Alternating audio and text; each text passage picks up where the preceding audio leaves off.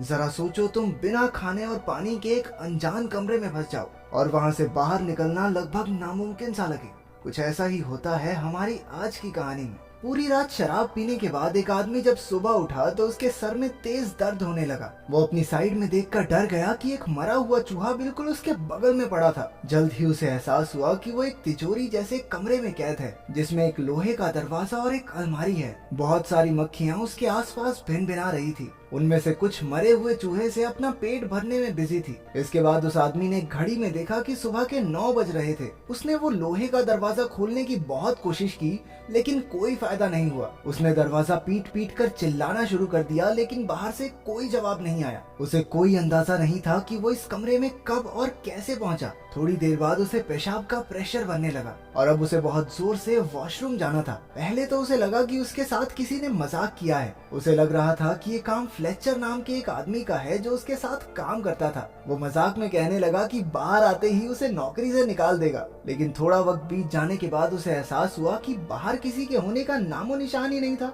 उसने जेब से अपना फोन निकालकर फ्लेचर को कॉल लगाई, लेकिन वहाँ सिग्नल ही नहीं थे। इसका सीधा मतलब ये था कि बाहरी दुनिया से उसका संपर्क पूरी तरह टूट चुका है। उसने कमरे में मौजूद उस लोहे की अलमारी को भी खोलने की कोशिश की, लेकिन वो भी पूरी तरह बंद थी। कमरे में चलकर उसने छिपे हुए कैमरे भी ढूंढने चाहे, लेकिन वहाँ ऐसा कुछ नहीं था। अब उसकी समझ में कुछ नहीं आ रहा था और धीरे धीरे उसका चिड़चिड़ापन गुस्से में बदलने लगा। उसने जोर जोर से अपने कलीग्स पर चिल्लाना शुरू कर दिया। गुस्से से भरकर उसने अपनी बेल्ट उतारी और लोहे का दरवाजा पीटने लगा। कुछ देर बाद वो थक कर रुक गया, क्योंकि उसने एक दिन से कुछ खाया भी नहीं था। उसने चिल्लाकर कहा कि अगर उसे बाहर नहीं निकाला तो वो सबको पुलिस के हवाले कर देगा, लेकिन फिर भी बाहर से कोई जवाब नहीं आया। पूरा एक दिन बीत गया था। अब उसने नींद से उठकर अपना फोन चेक किया, लेकिन फोन भी उसके हाथ से छूटकर नीचे गिरकर टूट गया। वहाँ न खाना था न पानी, इसलिए जिंदा रहने के लिए उसे कुछ तो करना ही था। उसने अपना जूता उतारा और मजबूरी में उसी में पेशाब करके पी गया। अकेलेपन और भूख की वजह से अब वो पागल सा होता जा रहा था। अचानक उसे ऊपर लगी ट्यूबलाइट में एक चाबी दिखाई दी। उसने तुरंत लाइट तोड़कर चाबी बाहर निकाली।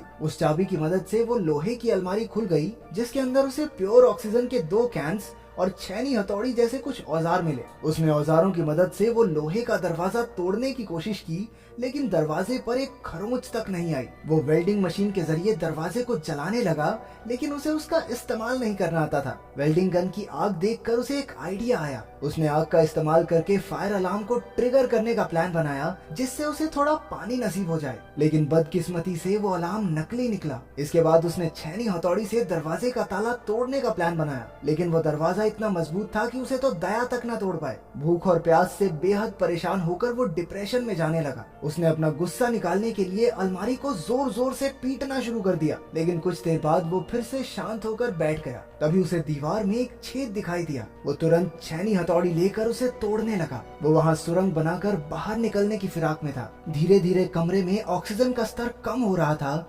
इसलिए उसने प्योर ऑक्सीजन ले ली, लेकिन फिर उसके शरीर में ऑक्सीजन की मात्रा बढ़ जाने से उसे चक्कर आने लगे। उसने ऑक्सीजन कैन बंद किया और उसकी नजर उस मरे हुए चूहे पर लगे कुछ कीड़ों पर पड़ी। अब जिंदा रहने के लिए उसे बियर ग्रिल्स बन के वो कीड़े मकोड़े भी खाने पड़े। पेट पूजा के बाद उसने सुरंग बनाने का काम जारी रखा। काफी मेहनत के बाद उसने वो छेद बड़ा कर दिया और उसे दीवार के अंदर मौजूद लोहे के सरिये दिखाई देने लगे। उसने वेल्डिंग गन की मदद से वो सरिये काटे और दीवार को तोड़ना जारी रखा। कुछ ही देर में वहाँ से रोशनी आने लगी, जिसे देखकर वो खुशी से झूम उठा। अब छेद इतना बड़ा हो चुका था कि वो उससे बाहर निकल जाए, लेकिन जैसे ही वो उस दीवार के उस पार गया, उसके पैरों तले जमीन खिसक गई। वो बाहर की दुनिया में नहीं बल्कि वैसे ही एक और कमरे में आ चुका था। उसकी सारी मेहनत बर्बाद हो गई थी। वो निराश होकर पागलों की तरह लोहे का दरवाजा पीटने लगा। थोड़ी देर बाद शांत होकर उसने इधर उधर नजर दौड़ाई। कमरे के एक कोने में एक लाल रंग का ताबूत रखा था। उसने ध्यान से ताबूत का ढक्कन हटाया और उसके अंदर एक सुंदर सी लड़की को देखकर उसकी आंखें खुली की खुली रह गई।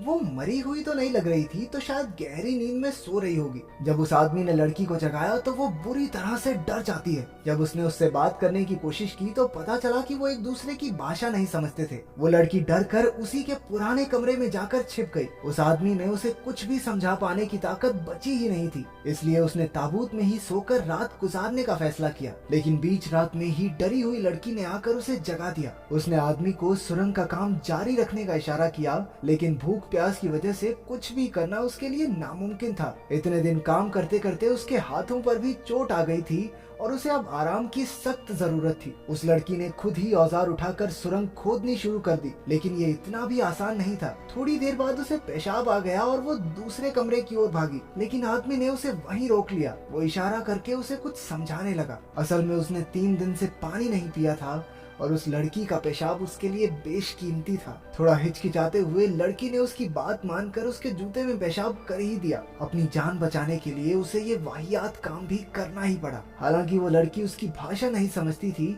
लेकिन आदमी को देखकर वो ये समझ चुकी थी कि यहाँ जिंदा रहने के लिए क्या करना होगा। फिर आदमी उसे कीड़े खाने भी सिखाने लगा, लेकिन वो कीड़े खाने से साफ मना कर देती है। इसके बाद आदमी उस कमरे की दीवार पर छेद करने के काम में लग गया, लेकिन काफी वक्त लगे रहने के बाद भी वो छोटा सा ही छेद कर पाया। इसे देखकर वो लड़की निराश होकर रोने लगी। ये दीवार टूटती क्यों नहीं है? टूटेगी कैसे, अंबुजा सीमेंट से जो बनी है। आदमी ने एक गाना गाकर उसे शांत किया और वो भी उसके साथ गाने लगी, लेकिन तभी गलती से उस आदमी के हाथ पर हथौड़ा लग गया। लड़की ने तुरंत अपने सर का कपड़ा निकालकर उसके जख्म पर लगाया। देखते ही देखते उनमें दोस्ती हो गई और दोनों इकट्ठे खोदने का काम करने लगे। अचानक लोहे के दरवाजे का ताला अपने आप घूमने लगा। दोनों भागकर उसकी ओर गए, लेकिन ताला फिर से पहली वाली जगह पर आ गया। काफी देर ट्राई करने के बाद उन्हें समझ आ गया कि जब तक वो दरवाजे से पीट करके रखेंगे तब तक ताला खुलता रहेगा। धीरे धीरे वो पीट करके दरवाजे के करीब पहुंचे। आखिरकार इस तरकीब से दरवाजा खुल गया और दोनों तीसरे कमरे में पहुंच गए।